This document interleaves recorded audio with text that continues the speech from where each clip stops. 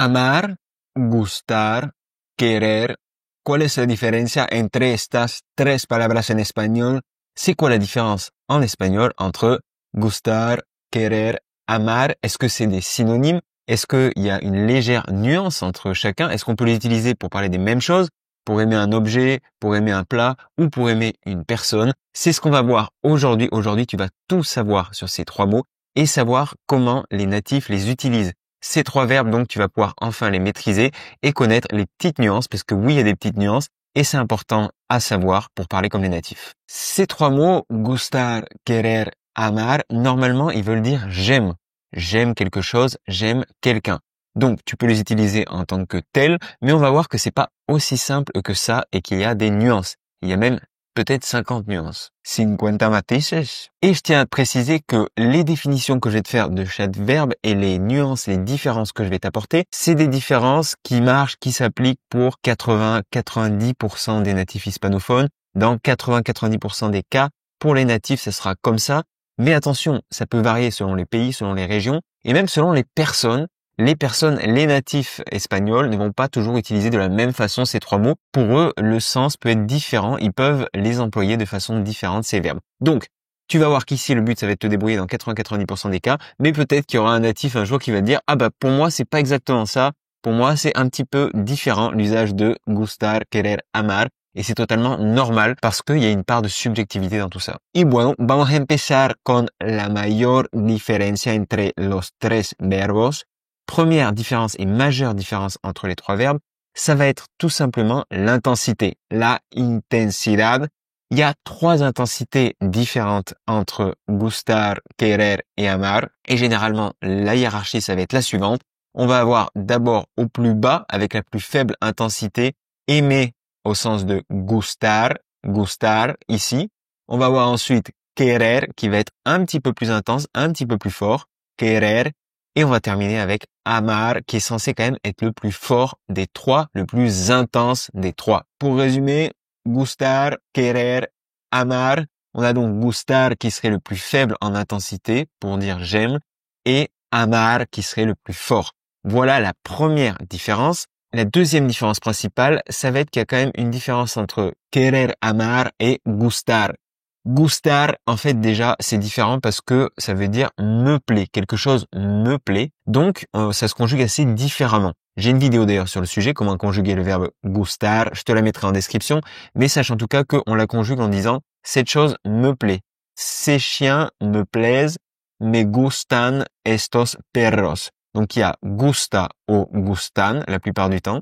On peut dire à quelqu'un « tu me plais », tu peux dire « tu me gustas » comme la célèbre chanson de Manu Chao, mais c'est quand même moins utilisé. Et donc, c'est vraiment pour dire plaire au final, gustar. Et ce gustar, ça s'utilise vraiment pour plein d'objets, de plats, de choses et pas forcément les personnes. Ça peut s'utiliser pour parler d'une personne, cette personne me plaît, mais ça s'utilise aussi beaucoup pour les objets, pour les choses. Au contraire, querer et amar, c'est vraiment quasiment que pour les personnes ou par exemple les animaux de compagnie. On va dire en espagnol animaux de compagnie, las mascotas, para las mascotas. Ça s'utilise plutôt pour ça, pour les êtres vivants, on va dire, querer et amar. Même si c'est pas une règle absolue, ça va quand même te permettre de hiérarchiser tout ça. Pour résumer, première différence, c'est l'intensité. On a gustar qui est le plus faible, querer qui est un petit peu plus fort et amar qui est encore plus fort. La deuxième chose, c'est quand même, il faut séparer la plupart du temps querer et amar qui est plutôt pour les personnes et gustar qui est quand même plutôt pour les choses, les objets, même si on peut dire que quelqu'un nous plaît. Y bueno, ahora vamos a resumir la diferencia. À présent, tu vas voir comment on peut voir la nuance entre les trois. Si tu vois une fille ou un garçon qui te plaît, que tu trouves attirant, tu vas pouvoir dire me gusta este chico me gusta, ce garçon me plaît. Là, ça va peut-être être plutôt superficiel. Peut-être que c'est une personne que tu connais pas encore, que tu trouves belle. Es muy guapo este chico, por eso me gusta. Mais dans tous les cas, on va partir du principe que c'est plutôt superficiel, que tu ne connais pas encore bien la personne. Une fois que tu as connu cette fameuse personne, ce garçon par exemple, si tu commences à parler avec lui, que le courant passe bien et que vous commencez à sortir ensemble, là, tu pourras peut-être lui dire te quiero, quiero a este chico. Je l'aime, j'aime ce garçon. Ça veut dire que j'ai vraiment de l'attirance, de l'affection pour lui et qu'on commence à sortir ensemble, par exemple. Pour finir, si vraiment tu te maries avec cette personne et que c'est l'homme de ta vie, tu vas pouvoir dire lo amo. Amo a este chico, amo a esa persona. J'aime cette personne, je l'aime profondément. C'est toute ma vie, quasiment, on pourrait dire. Voilà pour les nuances que tu pourras apporter. On peut commencer par dire que quelqu'un nous plaît. On peut ensuite dire qu'on l'aime si on commence à sortir avec elle. Et pour finir, si c'est l'amour de notre vie, on va pouvoir utiliser le verbe amar, la amo, amo a esta persona. Et pour plus de clarté entre la différence entre querer et amar, parce que c'est une différence qui est quand même assez légère, tu peux écouter une chanson qui parle justement du sujet. Tout de suite, un extrait. Casi todos sabemos querer,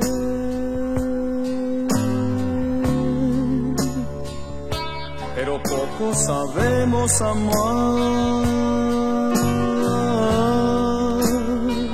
Es que amar y querer no es igual, amar es sufrir, querer es gozar.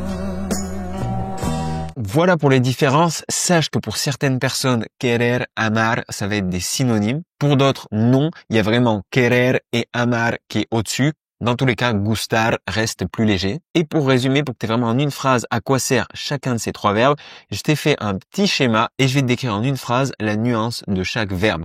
On commence donc par gustar. Gustar está más asociado al físico. Es un sentimiento más superficial. Gustar, sentir atracción por alguien o algo. Luego, querer. Querer es más profundo, involucra físico y mente. Es apoyar y cuidar al otro. Y amar es el sentimiento más intenso y más profundo que puedes sentir hacia una persona. Voilà pour les différences. Moi, je pourrais donc personnellement dire me gusta hacer videos para enseñar español.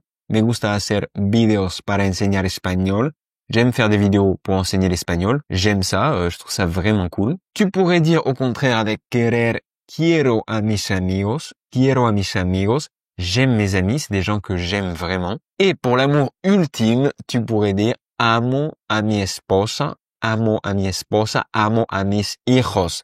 J'aime mon épouse, j'aime mes enfants. Là, c'est vraiment un sentiment profond, le sentiment le plus pur de l'amour. Ça va être amar. Amo a mi esposa, amo a mis hijos. Bon, moi, j'ai pas d'enfants personnellement, mais t'as compris le principe. Ahora entiendes mejor la diferencia entre gustar, querer y amar.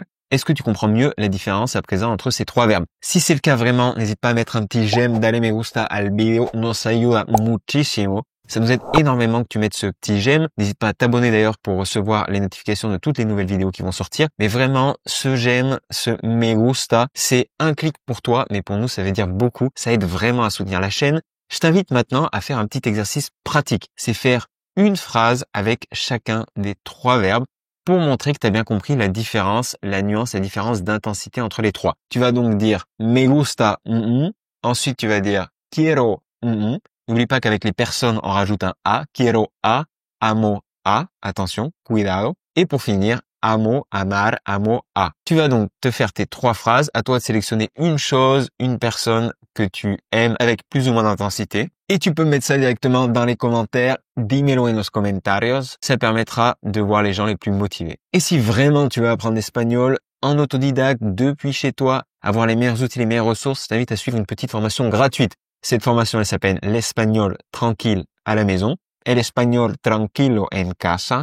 Et ce programme, c'est 5 jours pendant lesquels tu vas recevoir 5 vidéos directement dans ta boîte mail. Et avec ces 5 vidéos, je vais te partager les piliers de l'apprentissage de l'espagnol. Je vais te partager les meilleures ressources, je vais te donner des conseils précieux et je vais te partager tout ce qui m'a permis d'atteindre le niveau C1 puis C2 de l'Institut Cervantes, tout ce qui m'a aidé, les erreurs à éviter aussi. Si ça t'intéresse de suivre cette petite formation gratuite, il faut que tu suives le lien en description. Et tu auras juste à entrer ton prénom, ton email pour tout recevoir dans ta boîte mail. Si tu as des doutes sur comment conjuguer le verbe gustar, je t'invite à voir une vidéo qui va s'afficher. Le lien sera aussi en description. C'est tout simplement comment le conjuguer, mais aussi comment conjuguer tous les verbes qui ont le même profil. Gustar, encantar, molar. Donc, si ça t'intéresse d'aller voir ça, il y a une vidéo complète sur le sujet. Et je vais te dire hasta luego y pura vida amigo.